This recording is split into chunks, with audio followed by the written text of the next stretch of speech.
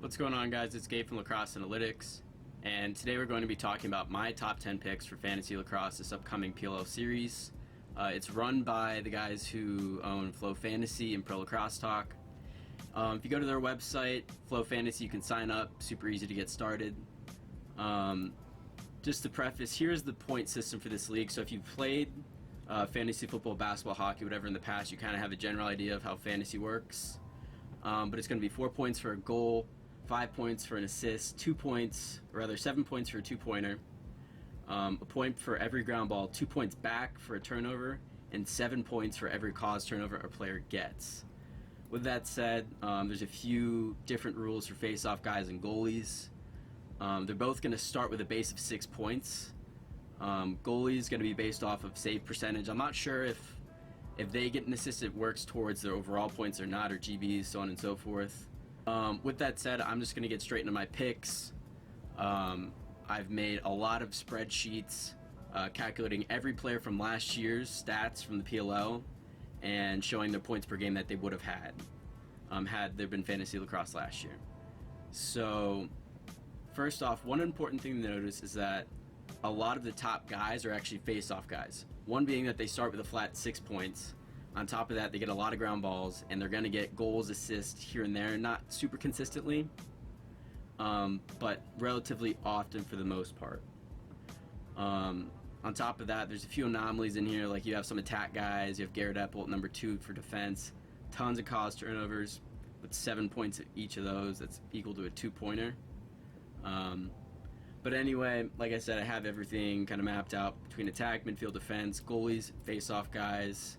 I'm not going to be covering goalies in this video because they're kind of, I don't know how to say it, but goalies are kind of going to be harder to predict in this series. If a guy, I don't know, depends on whether teams play one guy for one half or two halves or whatever it might be, but from a stats standpoint, the best guy last year was actually Drew Adams. The second best guys being Brett Queener and Blaze Reardon. So anyway, to get back into my picks, kind of getting off track here, my top pick is actually going to be a guy that didn't even play in the league last year, and that's going to be Zach Currier. I'm predicting him to have 20 plus points a game. And if you don't know who Zach Currier is, he played last year for the Denver Outlaws, plays box lacrosse in Canada for Calgary, and like I said, he was in the MO last year. He's back this year with the Water Dogs, and he is the definition of a do-it-all midfielder. I wouldn't even call him a midfielder because he does so much, but that's where he'll be placed. He'll either be taking wings on face-offs or taking the face-offs in general, but he can play offense, he can pass the ball, he can make everyone around him better. Ground ball machine, absolute workhorse of a player, and he's going to be on the field at all times with the Water Dogs. So look for him if you're going to pick anybody up that maybe some of the guys in your league aren't thinking about. It's Zach Currier, and you want to pick him first. After that, I have Joe Nardella at faceoffs. Defensively, Garrett Epple, Matt Rambo for the Whip Snakes at number 4, and my number 5 pick, Trevor Baptiste. I got a couple of face-off guys in here because they're just so consistent. So with face-off guys, honestly, you can't really go wrong. But Trevor Baptiste and Joe Nardella are definitely going to be the top 2 picks. At number 7, I have Tom Schreiber. Or rather, at number 6, I guess here, Tom Schreiber. The reason he's not ranked higher, even though he's debatably the best player in the world, is because of, one, he's somewhat injury-prone. And on top of that, he had a decent amount of turnovers last year. I'll show you guys real quick. Alright, here's Tom Schreiber. Here's his numbers from last year. He's a very high volume player. He's going to get a lot of points, a lot of assists, do things that other players simply cannot do. He's absolutely incredible. But he had 22 turnovers last year. Because he's somewhat of a risk taker. PLL is a very fast-paced league in general, as we all know. So turnovers are going to be a little bit higher for him, which is going to lower his points per game. Granted, he was still the number 3 midfielder with 22 turnovers last year. But I think there are better guys to pick before him, even though he's, like I said, debatably the best player in the world. At number 8, I have Rob Pennell. And I have Rob Pennell at number 8 for a few reasons, but mainly because of the teammates that surround him. I have a little bit of breakdowns from last year. These are all guys that weren't in the league last year. who I took some notes on. Alright, so for Pinnell, here's the guys that he's going to be feeding for this year. It's ridiculous. Eric Law, Ryan Brown, Chris Cloutier, Connor Buszczyk, John Crowley, Paul Rabel, Romar Dennis, Brian Costabile, and Joel Tenney. All those guys can absolutely spray it from 10 yards plus. Eric Law is basically automatic from the inside. I think he shot around 45% last year. Ryan Brown actually did not shoot as well last year as I thought he would. I think he was somewhere in the 20s. But you can expect him to be in the 30s this year. More team chemistry. But that's why I have Rob Pinnell at number 7, I think, on this list. Yeah, number 7. Just because of the people around him, he can create his own shot. He's not going to have a lot of turnovers. Extremely experienced player, he's a smart player. And he's going to get a ton of assists. I guarantee it. Number 8 on this list, I have Stephen Kelly. Another face-off guy, going to get a lot of points. Number 9, I have Jake Ficarro.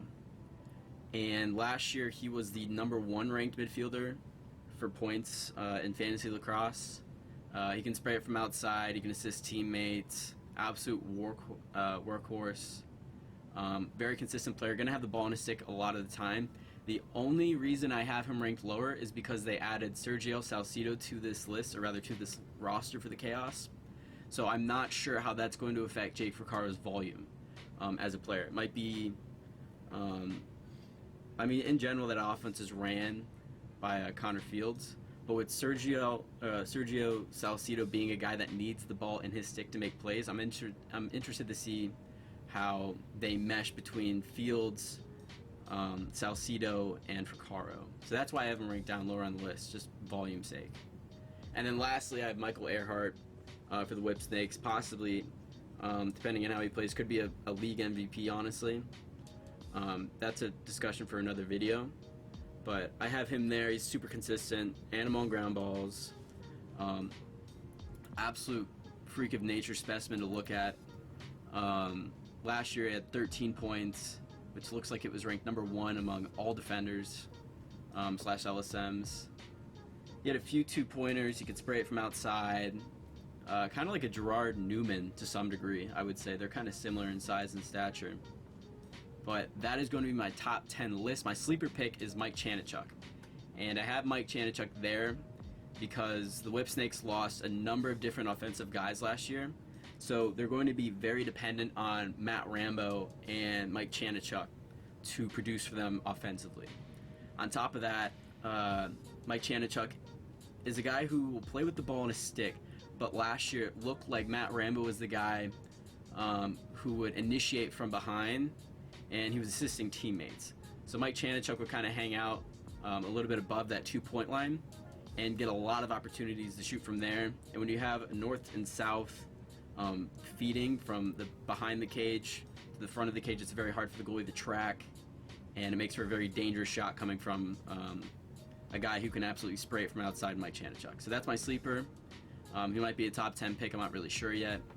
He was ranked 50th somewhere in here last year, because like I said, they had so many guys to feed, Matt Rambo did, but this year there's not as many, so he's going to be a very good sleeper pick just to keep in mind, even though he's not ranked high on this list.